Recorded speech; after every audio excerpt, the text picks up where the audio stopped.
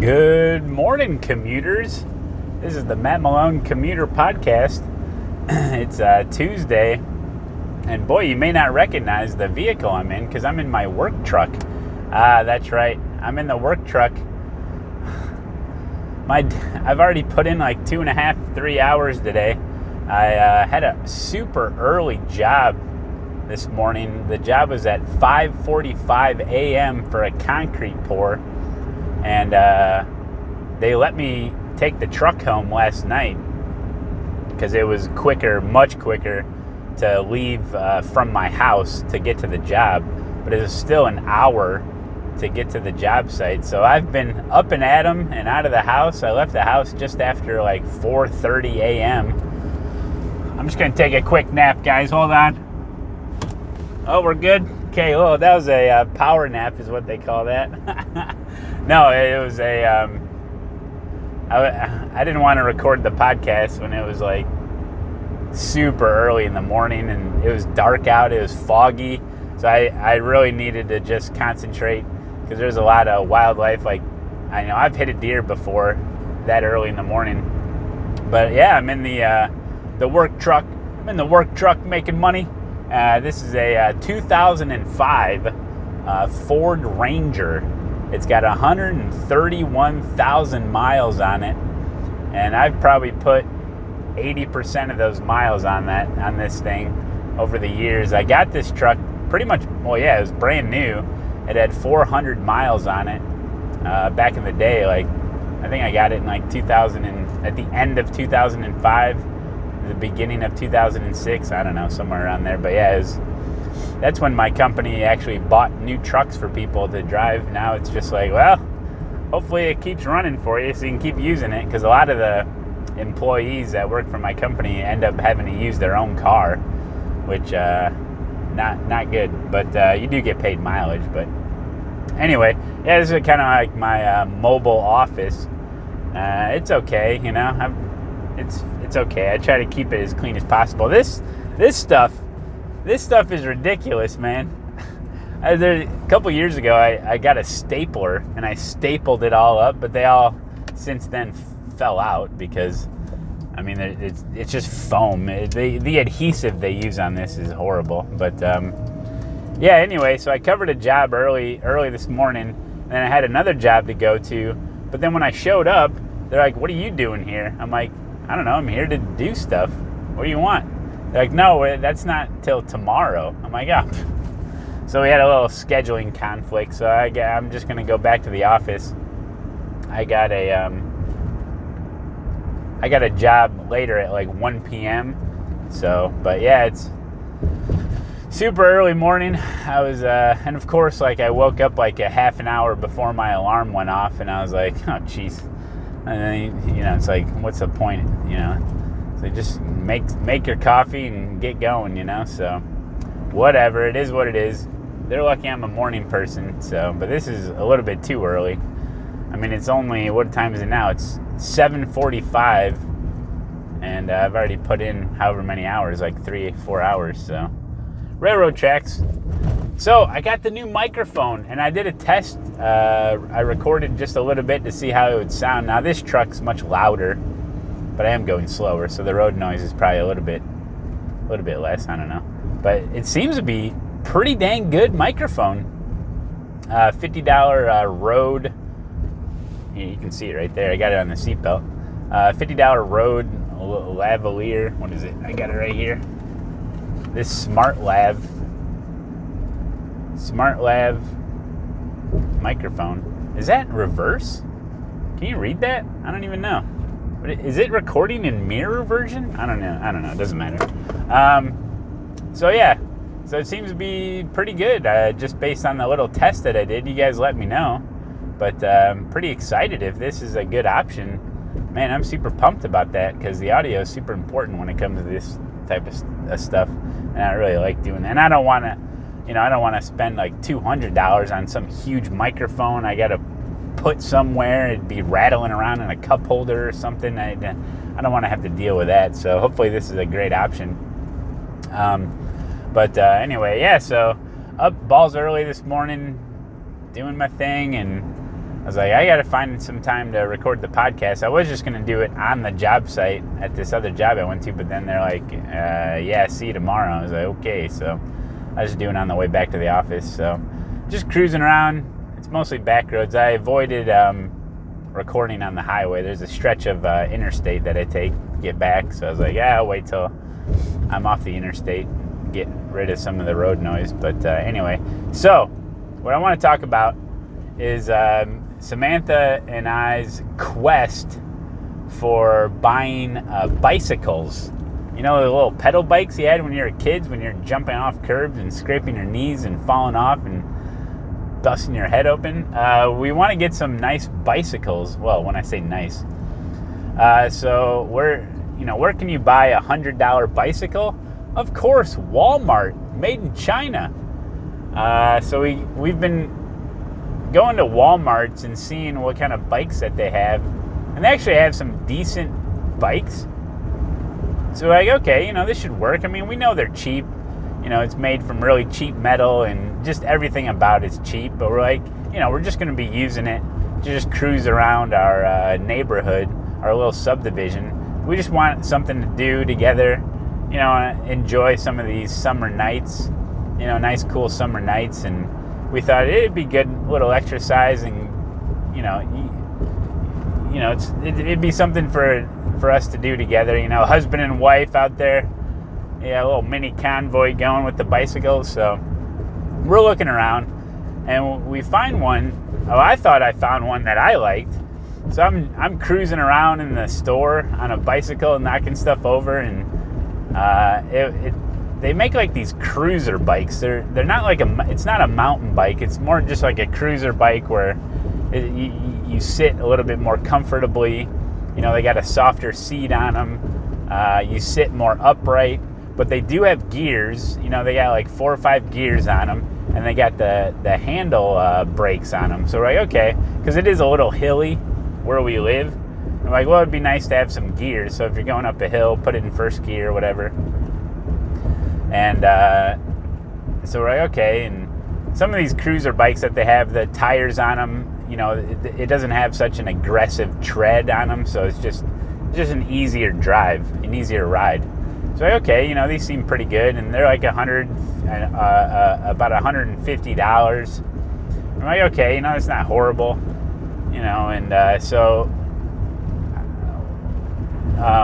So we're at the store, and I was like, I tried one out, and I'm like, I don't really like it that much.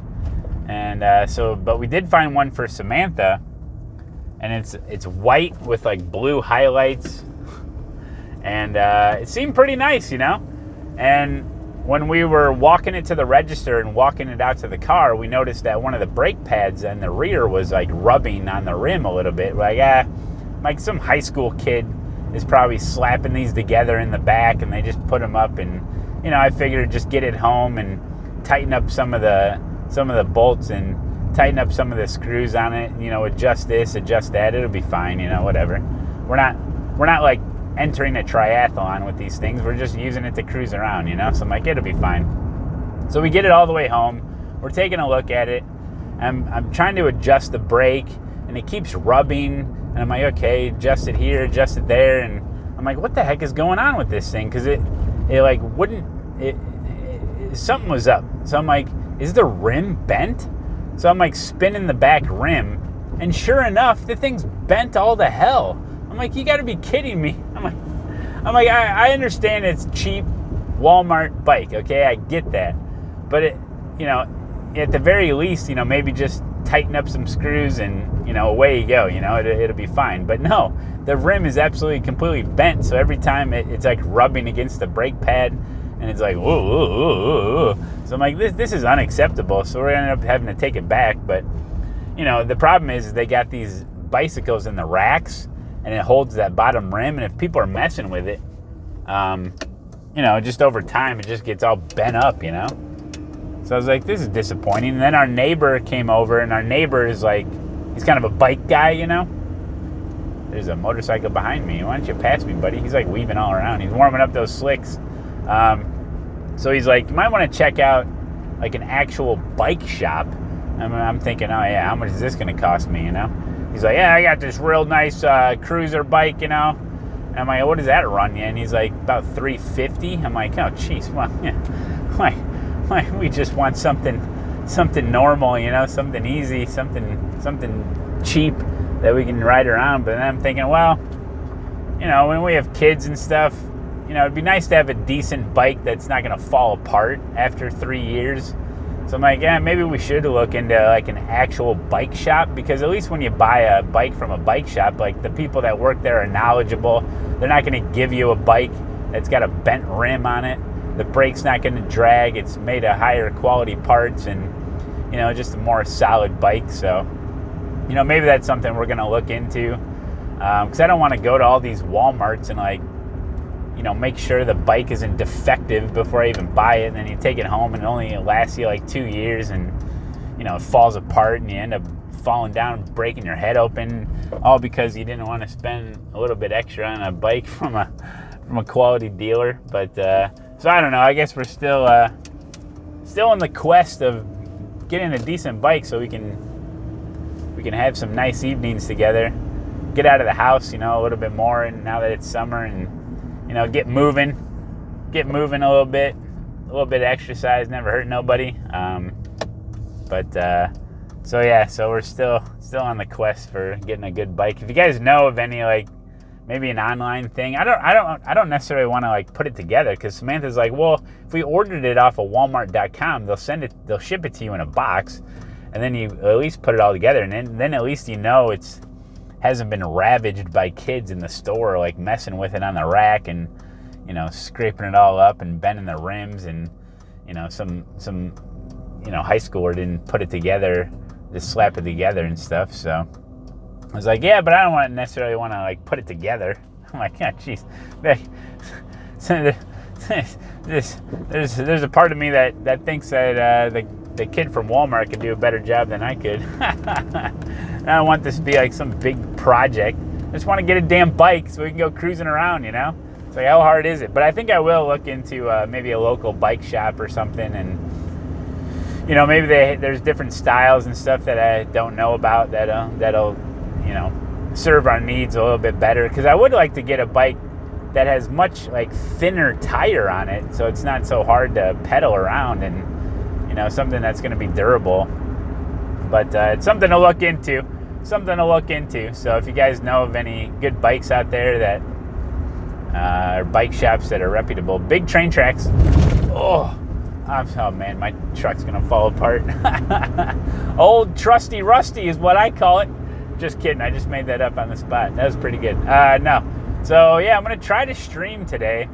I'm not sure. I know I have that afternoon job, but I'm not sure how I'm gonna feel once the coffee wears off. But it's just up way too early today, so I would like to stream, but I can't really guarantee it. I'll let you know on Twitter if I plan on streaming today, because a new week has started, and I heard that the NASCAR stuff is at Sonoma, which is always very intimidating for me, because I'm more of a road racer, but whenever I drive like a NASCAR on road tracks, I don't do very well. There's only a couple times I've ever done pretty well doing that.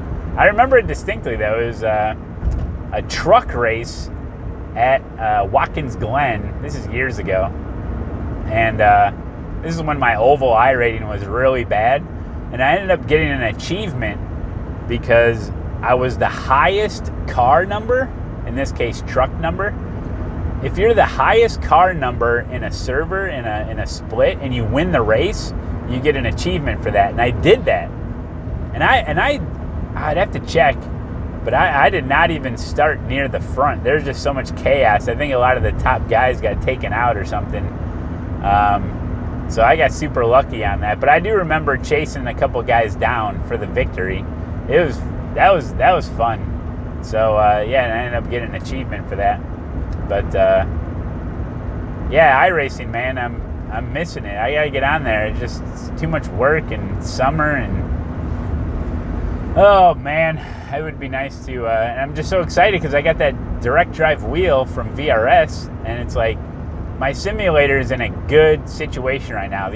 like, it feels really good. The only two things right now that are on my mind that I want to change is I got to get that wheel, the rim. It's a little bit too, you know how like some of the wheel sets have it set up like more of a pedestrian car where it's leaned in a little bit. It's not like perfectly flat on with you. Mine, it almost seems like it's coming the top. Okay, hold on. There's a cop up here and he's got someone pulled over. Full concentration mode. Go around nice and slow. Okay, that's good. Plenty of time. All right. See, we're being safe. We're being safe. It almost feels like I need to get it to flat. It almost feels like it's a little bit, the top is over the bottom of it on the rim itself. So if I can just angle it just a hair, I think I'll be in a good position there. And then something's got to be done. I have that piece of wood. If you guys saw my 4-play rig, racing rig build video, I used that piece of wood as a pedal plate, and I just don't like the way it feels on my heels. And it'd be nice to get like almost like, I don't know what I should use. Like, should I just get a piece of diamond plate and just kind of glue it on there using some adhesive somehow? Or should I use like almost think like a really thin piece of carpet would do me pretty well. Or I don't know if I want to use rubber or just like a traditional floor mat type of rubber, but without any of the grooves in it, just like a flat piece of rubber. I think might work the best, where, not sticky rubber, but more of a textured rubber on there. I'm not too sure. I don't really necessarily, I don't want anything that's like a soft padding rubber, like a floor mat or anything, but something. So I don't know, give me some suggestions on what I should use, or maybe some links to a video y'all have, or some link to a picture or something. Let me know what would be a good pretty much like a heel plate, a pedal plate stuff, because that wood, it's like sometimes it's like almost sticky. I don't know if it's the humidity down in the basement or what, but I just don't really get a good like movement on my heel when I'm like transitioning. But anyway, just how sim rigs are. It's a constant evolution, a constant customization and changing it. And I just wish I had more time in the seat to be able to really nail down what I want it to be like and what I need it to be like. Because the more you use it, the more you figure, be like, well, if I could just adjust this a little bit here, adjust that a little bit there. But overall, I'm really digging it. I'm really loving that new rig with that direct drive wheel, man. It is something else, especially now that I got that Porsche rim on there. And I still haven't. I saw a couple videos about the EMI issue I'm having with the ground wire. There's a ground wire issue with the rim, and that it's causing just random buttons on the rim to activate during corners. So I got to figure that out.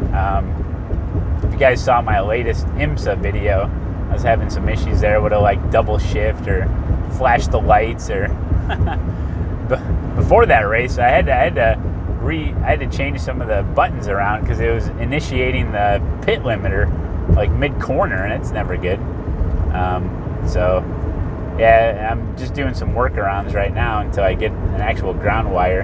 And I've read some stuff on it, and I just don't understand it. So I gotta have like a video to show me, okay, put the wire here and run it to here. Done. I said, okay, I can do that if someone actually shows me how to do it. Somebody was talking about you just get some speaker wire or something, and you run it. You just run it from your base to the ground, to a ground. I'm like, okay, what is that? I don't know. To the rig itself, or somebody said you got to plug it into the wall, like hook it around the ground plug in the wall socket. I'm like, oh god, this is a recipe for disaster. It was like Malone started a fire because he's trying to ground his wheelbase. I'm like, oh geez. So I don't know what to tell you, man. Some of the I'm afraid of electricity because it's literally magic, and I'm gonna get bit. I just feel like electricity stuff, I am I'm like afraid of it. I've done some electricity stuff around the house, just basic stuff, but like I double check that the circuit breaker's off. I double check, like I am super afraid of it. So any times when it comes to wires, and especially when there's live wires involved, and just like, oh my God, I'm gonna hurt myself. It's like Samantha finds me like 3 hours later, just on the ground, passed out, got shocked. It's just, my luck, I'd get shocked and it'd break my heart, and suddenly my heart would fail or something. Unbelievable. But anyway, so man, what a beautiful day today. Now I'm gonna be stuck in the lab for a little while. That sucks. But anyway, I think yesterday I said something about that we got a new employee. And I met him yesterday. He's a geology major. So, but yeah, he's pretty much fresh when it comes to, he has like zero experience. So I don't know if they're going to be sending him out to do some tests or some training out in the field or what. But anyway, it doesn't matter to me. Yeah, absolutely beautiful day. Sun shining. The fog has lifted. I don't know what the high is. Supposed to be in like the 70s today or something. But yeah, picturesque day. It's one of those days where, like, man, I want to race, but at the same time, you almost want to be outside. But I usually get my fix of being outside in the daytime in the nice weather during work, and then when I come home, I'm like, all right, let's get down in the dungeon. Let's get down in the basement. Let's put triple monitors around my face, get fully immersed in the video game. So that's usually, there's always a summer lull. I think a lot of people that play a lot of video games, it's like in the winter, you're just like full on, man. I can surround myself with monitors 24/7. But in the summer, you're like, maybe I should get out a little bit and enjoy some of this weather. And you don't want to be all cooped up behind a computer screen. So you just get that feeling like you want to get out and about. But luckily, the job that I have allows me to be out and about quite a bit. So usually get my fix of the weather and try to get a little tan, Malone, you're almost transparent in the winter. Yes. You should see my legs. Oh my gosh. Oh, you've seen them. Because we have to, part of my job is you have to wear long pants. You have to wear jeans or long pants. I can't wear shorts at work. And then when I go home and we're out and about, like at some point, my legs never see the sun is what I'm trying to say. It's like they could blind someone.